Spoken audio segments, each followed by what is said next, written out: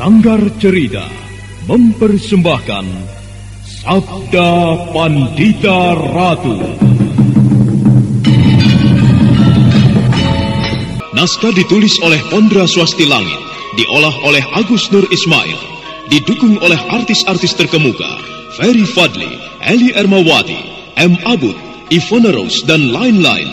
Teknik dan montase Ibing Arifin, dengan sutradara Dian Pertiwi. Sabda Pandita Ratu kali ini mengetengahkan episode yang kedua dengan judul Merentang Gendewa Luka.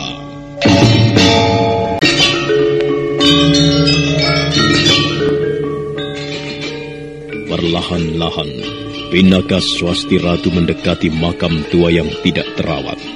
Sekujur tubuhnya gemetar, luapan hatinya tidak terkendali. Detak jantungnya terasa semakin cepat. Matanya terpana melihat makam yang hanya ditandai oleh sebongkah batu.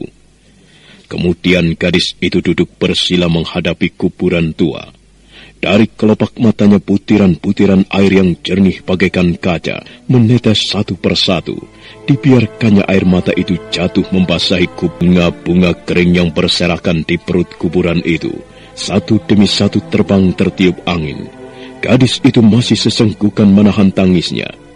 Sementara wanita tua yang mengantarkannya diam terpaku memperhatikan. Ibu, ini aku, anakmu yang malang. Baru kali ini aku dapat menjengukmu, Bu. Anakmu yang tidak berbudi, anakmu yang penuh dosa, anakmu yang jadi lantaran kepergianmu. Ibu, kau jangan berkata begitu, Nduk. Nasib manusia tergantung yang membuatnya. Kapan dia lahir, kapan dia mati, semua sudah digariskan olehnya. Kita hanya bisa melakoni, tetapi tidak bisa menentukan. Semua manusia berkehendak hidup damai, bersama anak-anaknya, bersama suaminya, dan bersama istrinya. Semuanya ingin hidup sempurna. Mengapa kau berkata bahwa kau yang menjadi lantaran ibumu pergi? Mengapa, anakku? Kau tidak boleh berkata begitu, Nduk. Kau lahir karenanya, ibu pergi karenanya, kita pun berpisah karenanya. Tuhan yang Maha Agung. Tetapi pada hakikatnya kita tidak berpisah, Nduk. Kita hanya sementara berpisah. Pada waktunya kau pun akan dekat dengan ibu. Tapi, Bu, mengapa kau cepat pergi? Sebelum kau sempat membelai aku, menyusui aku, mengajari aku, sehingga ayah yang menggantikan tugas ibu. Anakku Pinaka Swasti Ratu, aku bangga kau bernama Pinaka Swasti Ratu. Ayahmu sungguh bijak memberi nama itu. Sudah ibu katakan tadi, semuanya kehendak Sang Hyang Widiwasa. Itulah maunya. Jadi itu bukan kemauan ibu, juga bukan kehendak ayahmu, dan juga bukan orang lain. Sudahlah, Nduk. Bangkitlah, carilah apa yang kau cari. Ayah, iya, aku sedang mencari. Tanpa disadarinya, kepalanya didengakkan dan kemudian menengok ke sana kemari mencari sesuatu. Sementara itu wanita tua yang berdiri tidak jauh dari tempat itu tersenyum melihat gadis itu bangkit dari dukanya.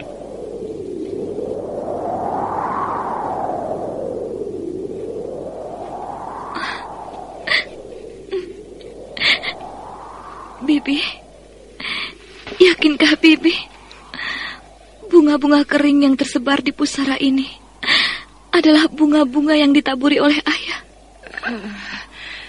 Bibi kira begitu, Nduk. Lalu, kemanakah ayahku pergi? Bibi tidak tahu, Nduk. Ayah.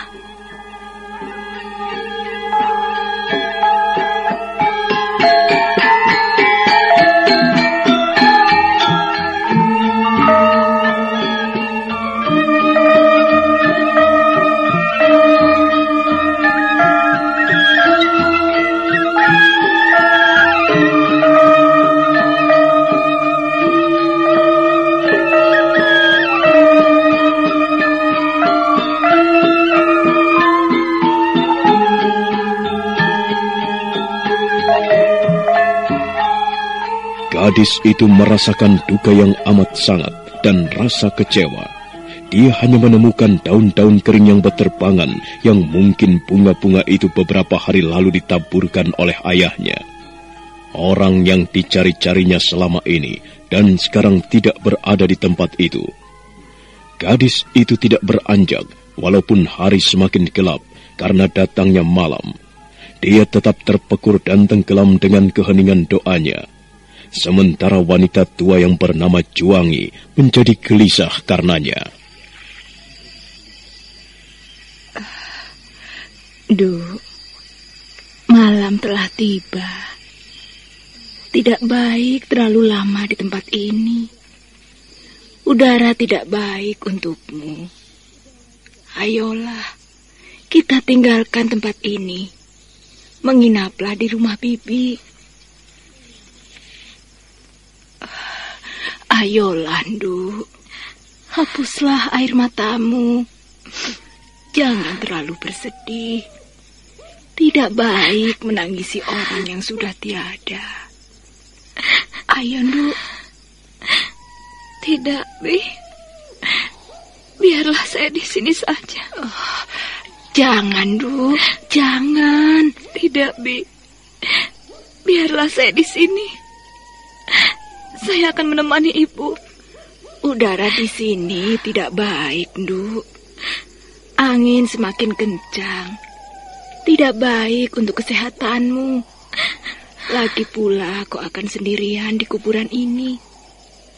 Apakah kau tidak takut, Nduk? Sudahlah, Bi. Biarkan aku di sini.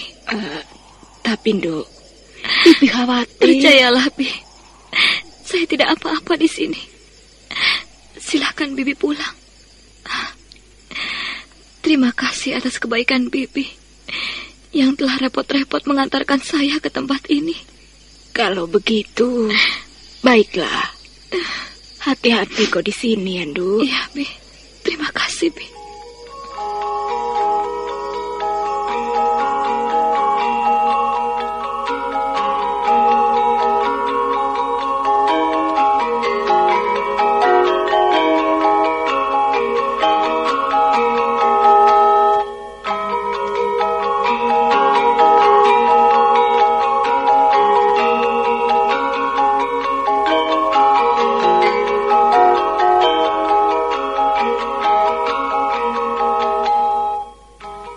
Sepeninggal wanita tua yang bernama Bibi Juwangi itu, Pinaka Swasti Ratu tetap duduk bersila terpaku di gundukan tanah yang hanya ditandai dengan sebuah batu di depannya.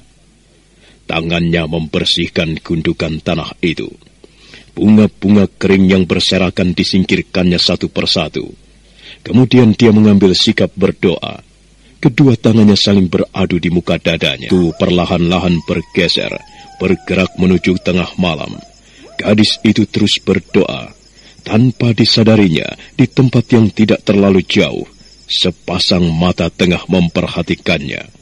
Pemiliknya duduk pada sebuah dahan pohon yang tersembunyi. Orang itu terus memperhatikan sikap gadis itu yang sedang bersemedi.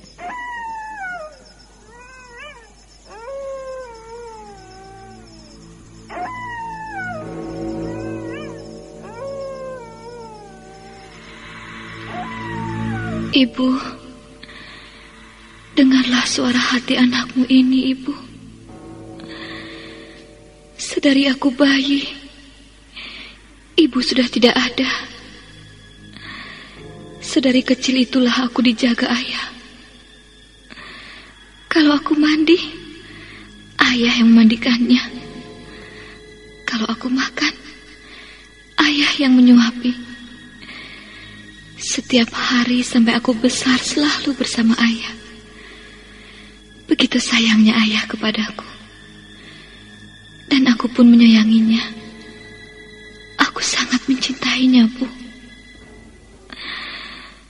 Dan kalau mungkin, kalau ibu izinkan aku ingin melanjutkan cinta ibu kepadanya, izinkanlah aku menjadi istrinya.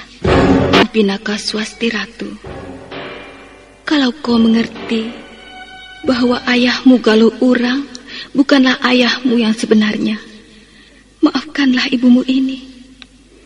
Kau anak ibu, tetapi kau bukan anak ayahmu.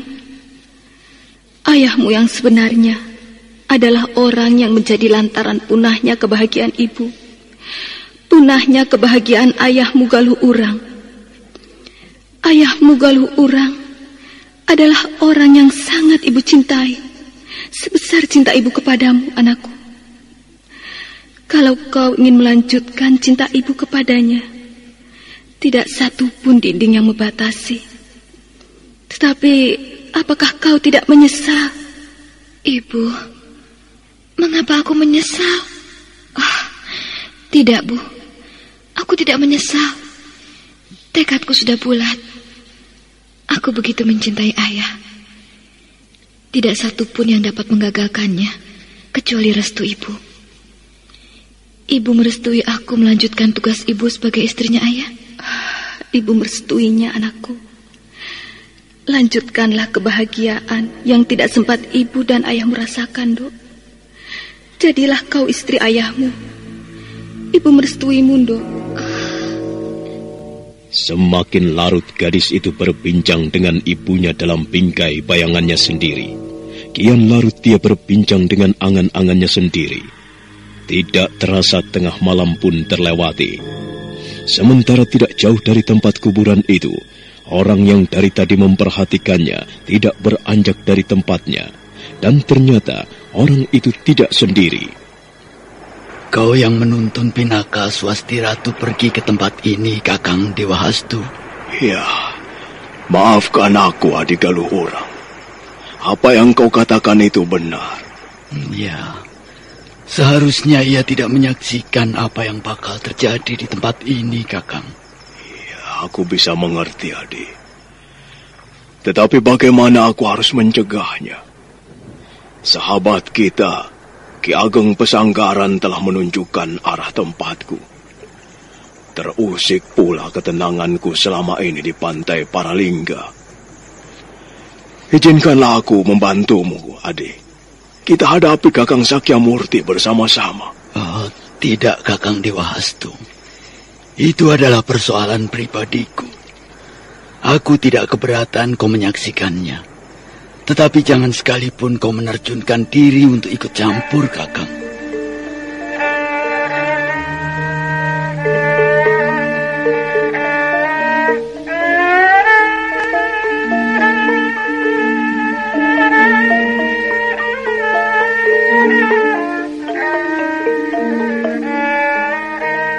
Ono tulising yang widi yen wong sabar lan narimo kinanjar dawa umure sugih kadang pawong mitra kinacek ing sasama lamun larane wong iku gampang gone anto tombo. Ternyata dua orang yang memperhatikan tingkah laku Pinaka Swasti Ratu adalah dua orang kakak beradik, dua orang saudara kembar. Ada sesuatu yang membayang di wajah kedua lelaki yang telah berumur itu. Gejolak yang sangat sulit untuk diterjemahkan. Sebab bagaimanapun retak persoalan telah mengganjal di antara mereka di masa muda. Namun hubungan batin alamiah yang terbentuk di dalam rahim sebagai hubungan saudara kandung tetap tidak bisa terhapuskan. Pertemuan dua saudara kembar itu tetaplah pertemuan yang menggetarkan. Kakang, apa yang kita cari menjelang umur di pelukan senja seperti ini? Pembayaran hutang atas dendam. Aku harus merobek-robek mulut Kakang Sakyamurti. Waktu berlalu terasa cepat. Aku sekarang telah tua, Kakang. Iya. Lalu apa yang akan kau lakukan, adik? Dalam keheningan jiwaku, aku melihat bahwa apa yang telah terjadi itu telah menjadi kehendak dan garis yang telah ditentukan Yang Batara Agung. Aku merasa tidak pantas untuk mengumbar nafsu hawa amarahku, berpijak atas nama dendam. Aku tidak mengerti apa yang kau maksudkan, adik. Coba, ceritakanlah padaku. Bertahun-tahun lamanya, hatiku tidak tenang. Bertahun-tahun lewat, jiwaku didera oleh sesuatu yang membosankan dan sangat meletihkan, yaitu dendam. Pada suatu waktu, aku terpekur di hadapan pusara Luh Saras. Tiba-tiba aku merasakan betapa senangnya seandainya aku bisa segera menyusulnya, Kakang. Adik. Aku merindukan sebuah kedamaian. Dalam ketenangan dan keheningan jiwaku, aku mampu melihat bahwa kedamaian jauh lebih berharga dari sebuah pembalasan dendam. Aku ingin menemukan ketenangan batin. Aku ingin merengkuh kedamaian. Akan tetapi, begitu kotornya hatiku. Serasa ada bulu-bulu yang tumbuh di jantungku.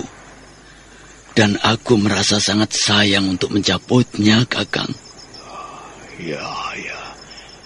Aku bisa mengerti. Aku bisa merasakan, adik. Tetapi hukum karma harus berlaku, adik. Siapa yang berbuat salah harus mendapatkan hukumannya. Siapakah yang harus melaksanakan hukumannya, Kakang? Aku. Apakah itu bukan berarti sebuah pelampiasan dendam? Ya, kau benar, adik. Lalu pilihan mana yang harus diambil? Apakah akan memaafkan perbuatan keji Kakang Sakyamurti? Menghapus semua kekejian perbuatannya? Kakang, aku memilih menemukan kedamaian. Dan aku telah menemukan cara untuk mendapatkannya. Oh, cara apa yang akan kau lakukan, adik? Sebentar lagi Kakang akan mengetahuinya. Oh, sebentar lagi? Iya, sebentar lagi, Kakang. Sepercik rasa penasaran membias di wajah Dewa Hastu. Namun ketajaman panggaraitannya telah menuntun untuk menemukan jawabannya. Dan tiba-tiba hatinya bergetar. Apa yang akan kau lakukan, adik Galuhurang?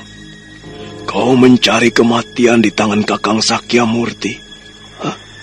Kau bermaksud bunuh diri dengan meminjam tangannya? Jangan berprasangka macam-macam, Kakang. Lalu apa maksudmu dengan sebentar lagi? Hah? Dalam 2 purnama yang telah lewat, Kakang Sakyamurti telah mengasah diri di persembunyiannya. Ia berusaha menuntaskan kemampuan olah kanuragan untuk menghadapi aku. Aku tidak keberatan, Kakang. Dan malam ini ia akan muncul.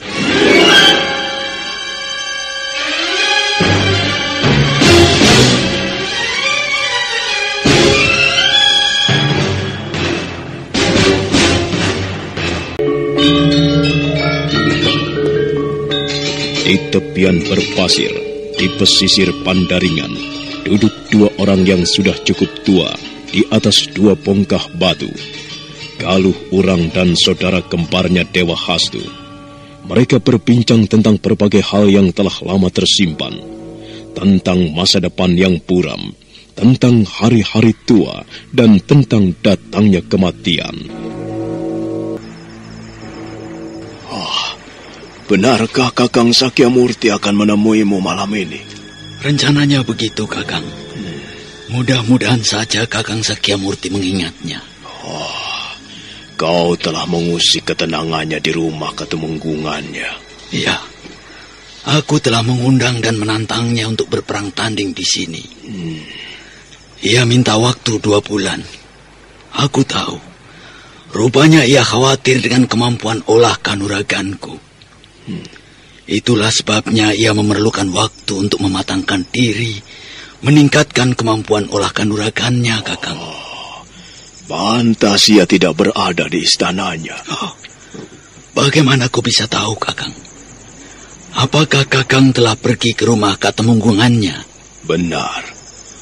Aku mengikuti perjalanan seorang pemuda yang sebelumnya menemani perjalanan anakmu, Pinaka Swasti Ratu. Suatu kebetulan telah terjadi karena pemuda yang bernama Kameswara itu juga tengah mencari ayahnya. Dan ayahnya adalah Tumenggung Murti Wandawa yang kita kenal dengan Kakang Sakyamurti.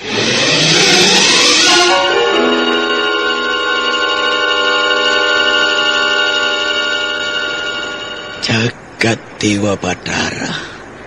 Siapa dia? Dia adalah buah ulah Kakang Sakyamurti yang biadab. Anak yang dibuang dan tidak diakuinya, yang kemudian dipelihara oleh Kakang Ageng Kanigara di Pesanggaran. Kakang Sakyamurti memang terlalu banyak menumpuk dosa. Terlalu banyak mengumbar nafsu duniawi. Lalu di mana anak itu, Kakang? Dia sedang dalam perjalanan menuju tempat ini. Apakah anak itu mengetahui bahwa sebenarnya Pinaka Swasti Ratu dengannya ada hubungan darah yang sangat dekat sekali, Kakang? Satu ayah. Belum, Adi. Namun ku harap pada suatu saat nanti mereka bisa saling mengetahuinya. Kepada keduanya aku telah menurunkan dengan tuntas ilmu kanuragan dari perguruan Wulan Sumirat. Mereka telah menguasai aji Kakang Barep dan Adi Bungsu. Kelak jika mereka semakin matang menguasai ilmu itu, akan sulit dicari tandingannya.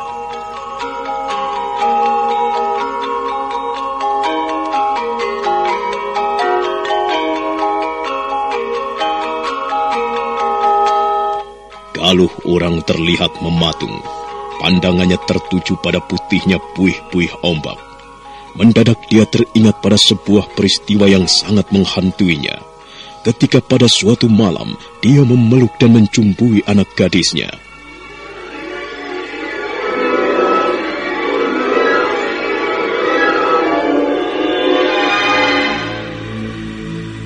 Loh, Saras, aku sangat mencintaimu, loh. Kau sungguh cantik, loh. Engkaulah bidadariku yang akan mengantarku ke surga.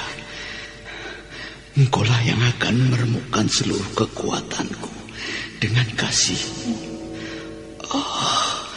Loh, Saras, tanganmu begitu lembut bagaikan sutera. Loh, Saras. Ayah menciumi tanganku. Aku disangka ibu. Bagaimana ini? Sekarang ayah memeluk diriku. Apa yang harus aku perbuat? Kasihan ayah. Kasihan. Ayah, peluklah diriku erat-erat. Ayah. Loh, Saras. Loh, Saras. Tubuhmu begitu indah. Aku sangat mencintaimu, loh. Ayah. Ayah.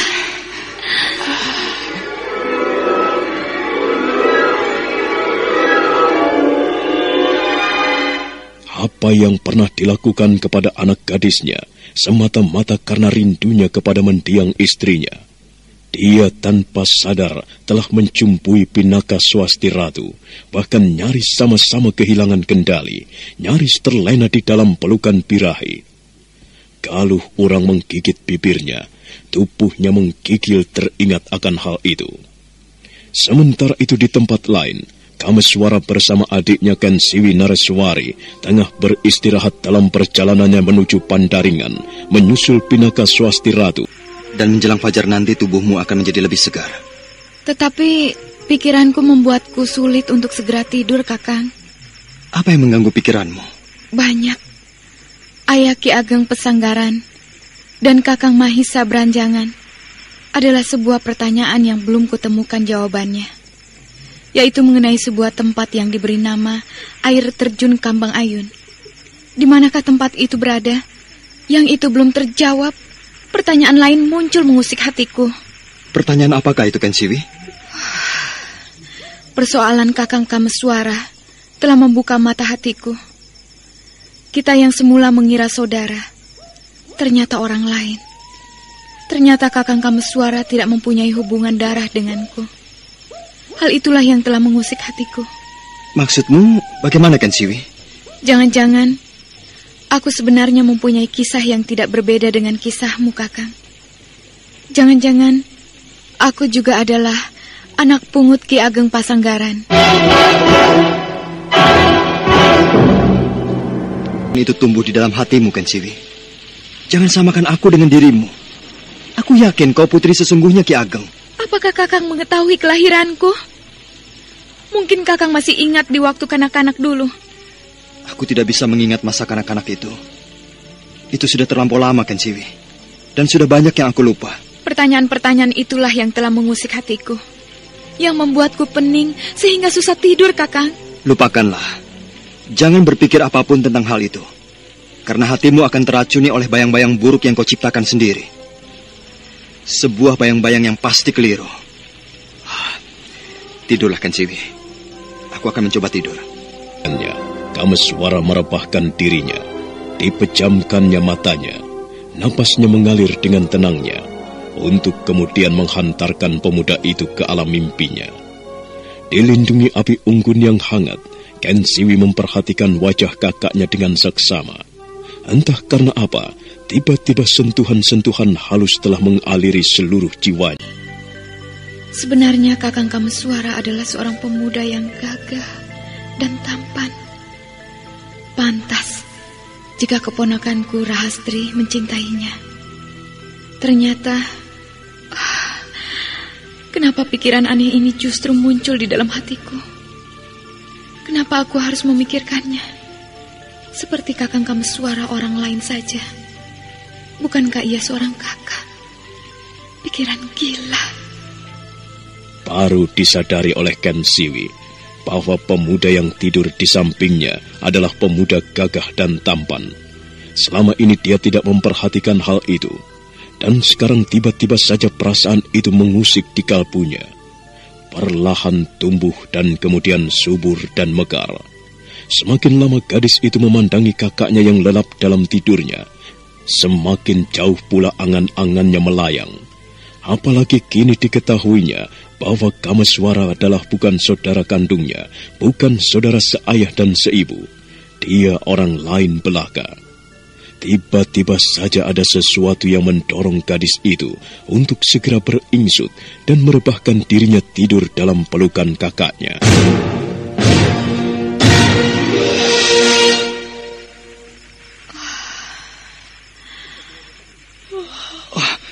Jagat Dewa Batara. Kensiwi, dengan sadarkah kau telah menggiringku? Hah? Maafkan aku, Kakang. Apa yang telah kau lakukan, Kensiwi? Aku bermimpi, Kakang. Mimpi? Iya, aku bermimpi. Katakan dengan jujur kepadaku, Kensiwi. Apakah di dalam hatimu telah tumbuh dan berjangkit sebuah perasaan yang tidak sewajarnya? Kakang? Benarkah begitu, Kensiwi? Aku tidak sadar, Kakang. Maafkan aku. Rupanya aku sedang bermimpi. Sungguh. Mengapa bisa tumbuh mimpi seperti itu di dalam hatimu? Aku berpendapat, mimpi adalah pengejawantahan dari keinginan hati. Apa yang telah terjadi, Ken Siwi? Maafkan aku, Kakang. Sudahlah, lupakan semua yang telah terjadi. Kau tetap adikku. Marilah kita berpikir dan berbuat sebagai seorang kakak dan adik. Kakang, maafkan aku. Langit menambah indahnya suasana malam yang sunyi. Rembulan bersinar dengan terangnya membuat seluruh Mayapada menjadi tidak gelap. Bayangan pohon dan rimbunnya dedaunan bagaikan raksasa sedang bersemedi. Di dalam bayangan rimbunnya pohon, nampak sebuah bayangan bergerak perlahan-lahan. Rupanya seseorang sedang berjalan mendekati dua buah bayangan sosok tubuh yang sedang menunggu.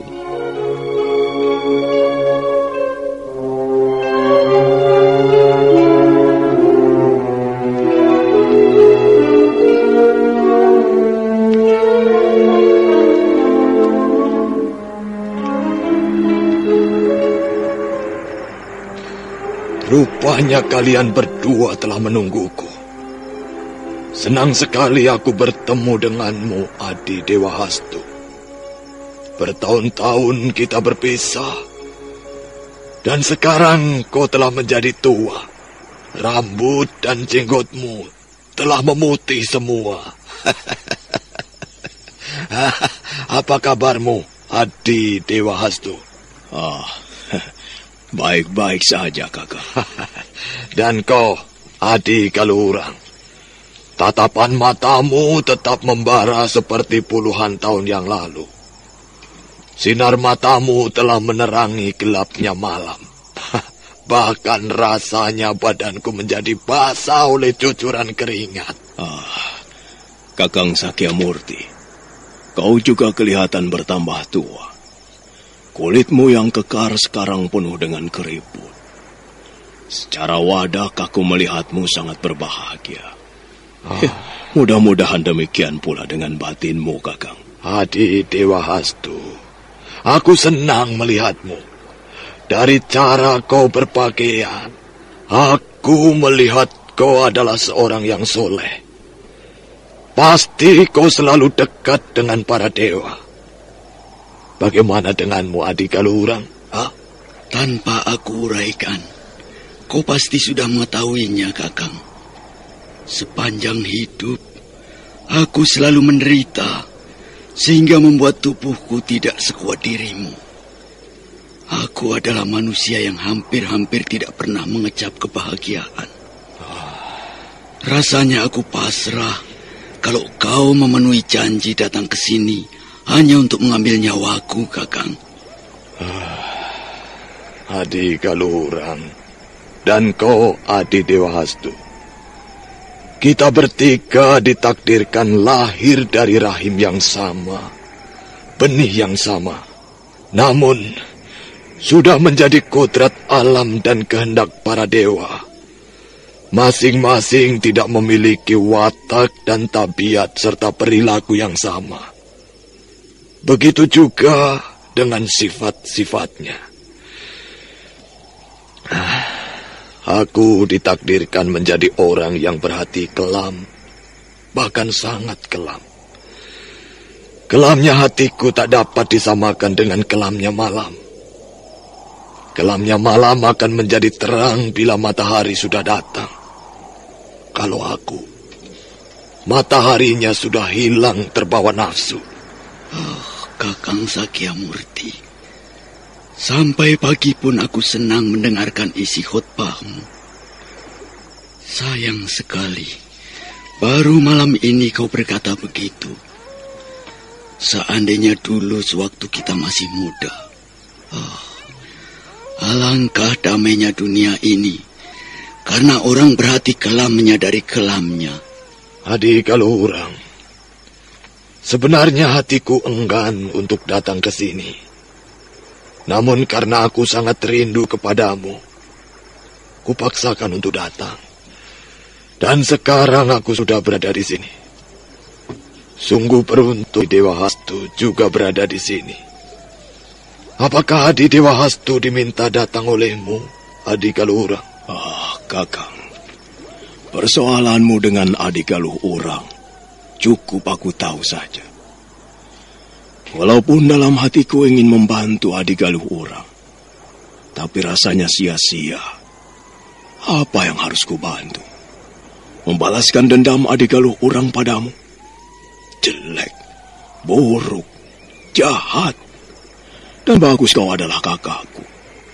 Tak tega rasanya aku melukai kakakku sendiri. Berdosa rasanya aku. Dan bagaimana kalau kedua orang tua kita juga melihatnya? Iya, apa yang kau katakan benar, Kakang Dewa Hastu. Tidak pantas kita ribut-ribut dengan kakak sendiri. Namun yang satu ini menjadi lain. Yang satu ini tidak melihat siapa kita. Karena yang satu ini diperintah oleh Raja Setan yang jahat. Kakang Sakyamurti. Aku mohon maaf. Karena aku telah mengundangmu ke sini. Aku yakin kau pasti datang ke sini. Untuk itu, aku minta Kakang Dewa Hastu untuk datang juga sebagai saksi. Nah, adik Galuh Urang, aku sudah ada di hadapanmu sekarang. Apa yang kau inginkan dariku? Bukannya aku kurang ajar dan kurang tata terhadap kakak. Akan tetapi semata-mata ini, aku lakukan atas nama istriku, Loh Saraswati. Aku tidak tega melihat istriku menderita sepanjang hidupnya, sejak kau musnahkan masa depannya. Aku tidak tega melihat istriku menghembuskan nafas terakhirnya sewaktu ia melahirkan putrimu. Semuanya karena engkau, Kakang.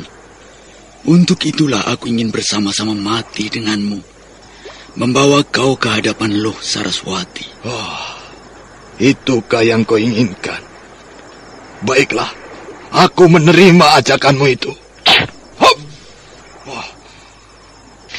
Kurang ajar.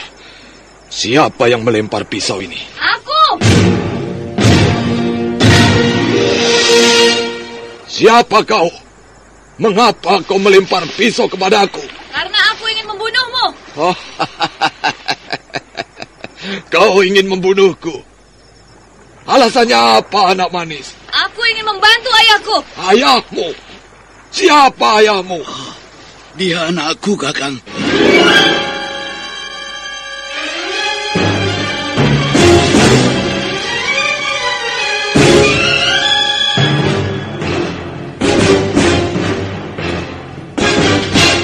Dewa Hastu merasakan dadanya berdesir.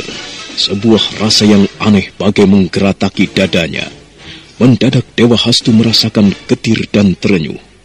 Kenangan di masa muda muncul dalam alam pikirannya, di mana dia ikut terlibat dalam memperebutkan kecantikan seorang gadis, dan sekarang membuatnya sangat menyesal. Nah, saudara pendengar, bagaimanakah kelanjutan kisahnya? Untuk mengetahuinya, ikutilah kelanjutan kisah ini dalam seri berikutnya. Sampai jumpa.